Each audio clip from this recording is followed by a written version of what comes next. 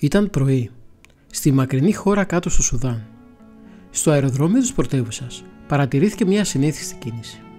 Εκτός των κανονικών δρομολογίων, ανέμελα νιάτα, μαθητές με τους εκδρομικούς σάκους τους είχαν γεμίσει τις αίθουσες του αερολιμένα. Μια σχολική εκπαιδευτική αεροπορική εκδρομή είχε προγραμματιστεί για την ημέρα αυτή. Σχολικά τραγούδια και χαρούμενες φωνές έσπαγαν το μονότονο βουητό των αεροπλάνων που απογειωνόντουσαν και προσγειώνονταν στον αερολιμένα. Και ξάφνου ακούστε τι ανήγγειλαν τα μικρόφωνα. Οι εκδρομείς και οι κύριοι συνοδοί αυτών να επιβαστούν στο σκάφος. Το σκάφος σε 5 λεπτά απογειώνεται. Ένας χήμαρος από νέα παιδιά όρμησε στον αερολιμένα και κατευθύνθηκε προς το αεροσκάφος. Σε 3 λεπτά όλα ήταν έτοιμα για την απογείωση. Ο κυβερνήτης, ένας αθλητικός νέος που δεν απήχε πολύ στην ηλικία από τους νέους επιβάτες του, αλλά αριστούχος και ίσως ο καλύτερος και πλέον δοκιμασμένος της εταιρείας, τους καλωσόρισε στο σκάφος και τους υποσχέθηκε ένα ωραίο ταξίδι. Όλα ήταν έτοιμα.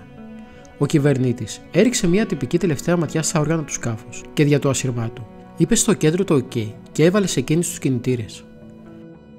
Το κέντρο του είπε τις τελευταίες πληροφορίες της μετεωρολογικής υπηρεσίας, που ήταν πάρα πολύ καλές, και του ευχήθηκε καλό ταξίδι. Σε 2 λεπτά το αεροπλάνο φιλούσε για τελευταία φορά τη γη και ορμούσε με δύναμη στους αιθέρες, σαν ένα μεγάλο αρπακτικό πουλί, για να καταβροχθήσει την απόσταση των 500 μιλίων που τους χώριζε με το αεροδρόμιο του προορισμού τους.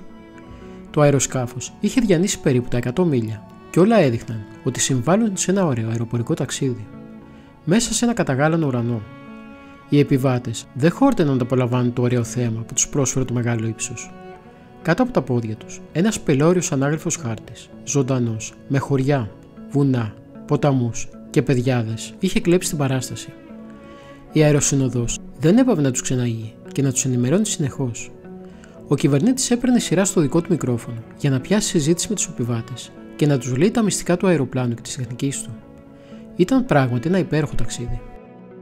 Ο κυβερνήτης άνοιξε τον ασύρματο και ζήτησε από το κέντρο το στίγμα και τον καιρό. Αυτό με τη σειρά του απάντησε και τον πληροφόρησε ότι μέχρι τέλους του ταξιδιού τους δεν προβλέπεται καμία αλλαγή του καιρού. Έκλεισε τον ασύρματο και ζήτησε με το μικρόφωνο να μιλήσει με τους επιβάτες. Όταν εμπρός του διέκρινε ένα κατάμαυρο σύννεφο. Έκλεισε το μικρόφωνο και έσφιξε το πηδάλιο να οδηγήσει το σκάφος κάτω από το σύννεφο αυτό, για να μην χάσουν οι επιβάτες την οπτική επαφή τους με τη γη. Ήταν κάτω από το σύννεφο, όταν εμπρός του εμφανίστηκε και δεύτερο, πολύ πιο κατάμαυρο, με βροντές και αστραπές. Είχε πέσει σε καταιγίδα. Έδωσε ύψος στο σκάφος για να ξεφύγει. Το ρολόι έδειχνε 8.000 πόδια. Η καταιγίδα όμως δεν σταματούσε. Έδωσε και άλλο ύψος. Το ρολόι έδειχνε τώρα 10.000 πόδια. Δηλαδή το μέγιστο της αντοχής του αεροπλάνου. Τότε οι επιβάτες άρχισαν να θορυβούνται. Η ορατότηση ήταν 0. Το χαλάζι χτυπούσε σαν σφαίρες στα παράθυρα του σκάφους. Οι κεραυνοί και οι αστραπές φώτιζαν μόνο τον ουρανό σαν εχθρικό πυροβολικό που προσπαθούσε να τους καταρρύψει. Η αεροσυνοδός προσπαθούσε με ψυχραιμία να τους καθησυχάσει. Το σκάφος ήταν σαν παιχνιδάκι μέσα στη φοβερή αγκαλιά της καταιγίδας. Έτσι άρχισε να τρίζει και το ρολόι έδειχνε τώρα 12.000 πόδια. Ο κυβερνήτης ψύχρεμος άρχισε να κατεβάζει το σκάφος χαμηλά. 8.000 πόδια, 6.000, 5.000, 4, 3, 2.000 πόδια. Όμως συνέβαινε η ίδια κατάσταση. Στο φόβο, μήπως προσκρούσε καμία κορφή βουνού, άρχισε πάλι να ανεβαίνει και έφτασε πάλι στα 8.000 πόδια και έτσι άνοιξε τον ασύρματο για να μάθει από τον πύργο ελέγχου το στίγμα του. Πού βρίσκεται και να τους πληροφορήσει ότι έχει πέσει σε καταιγίδα. Όμως διαπίστωσε ότι ο ασύρματος δεν λειτουργούσε. Άνοιξε αμέσως το ραδιόφωνο και επικρατούσε η ίδια σιγή. Ένα κρύο χέρι έσφιξε την καρδιά του. Άνοιξε το χάρτη και προσπάθησε μόνος του να προσδιορίσει τη θέση του. Μάταιος όμως ο κόπος. Με την προσπάθεια να ξεφύγει από την καταιγίδα, είχε χάσει και τον προσανατολισμό του. Στα μάτια του κυβερνήτου του άρχισαν να εμφανίζονται τα πρώτα σημάδια του πανικού. Ο κυβερνήτης διάβασε μέσα στα μάτια του βοηθού του την αγωνία και πριν του μιλήσει, έκανε μια τελευταία προσπάθεια με τον ασύρματο και το ραδιόφωνο. Όμως μάταιος ο κόπος πάλι. Η μεγάλη καταιγίδα παραδόξως τα είχε καταστρέψει. Προσπάθησε πάλι με το χάρτη, όμως το ίδιο αποτέλεσμα. Σε παρόμοιες καταστάσεις, το θάρρος και η ψυχραιμία του κυβερνήτη φέρνουν καλά αποτελέσματα.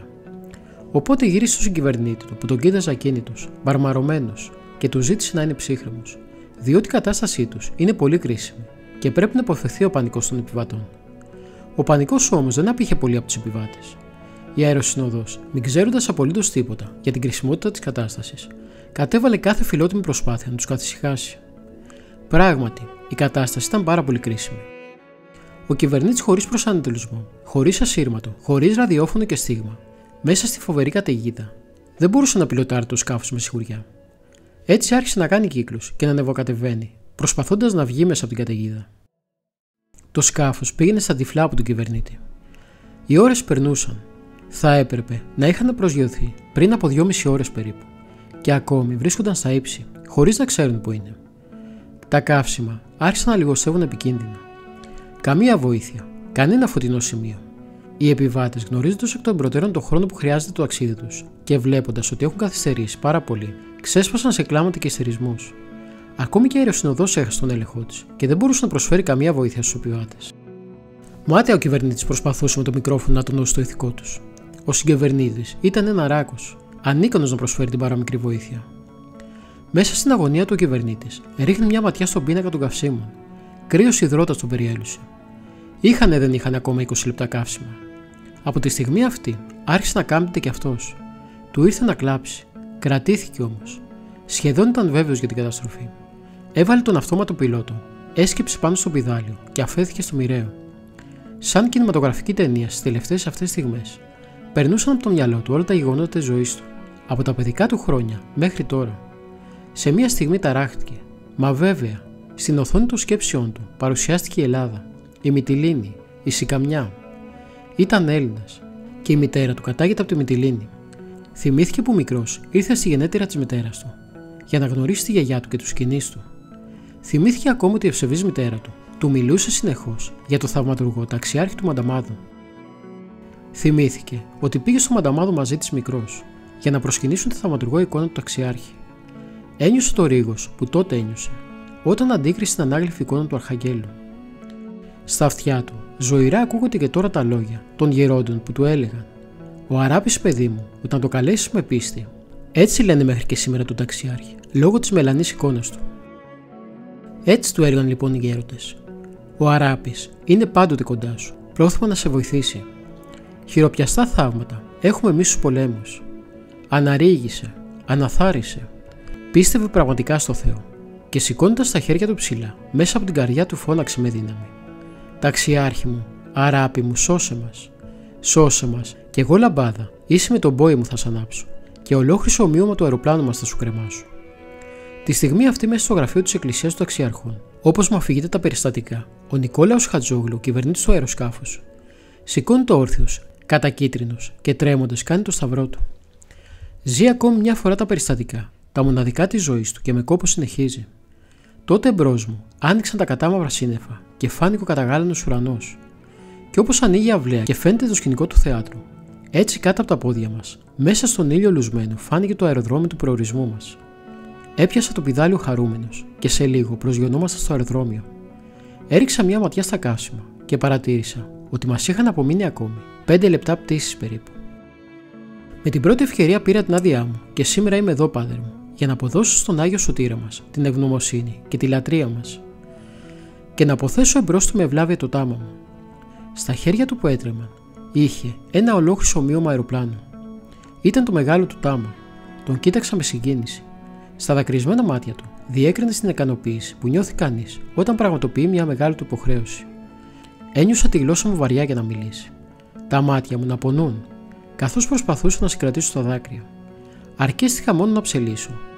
Το έχον σε προστάτην και βοηθών, φύλακα και ρίστην της ψυχής μου της ταπεινής. Μιχαήλ Πρωτάρχα και Μέγα Ταξιάρχα, μεν ώρα του κινδύνου, σύ μη βοήθησον. Από το βιβλίο του Πρωτοπρεσβυτέρου Ευστρατείου Δήσου, το ιστορικό και τα θαύματα του Ταξιάρχη Μανταμάδου.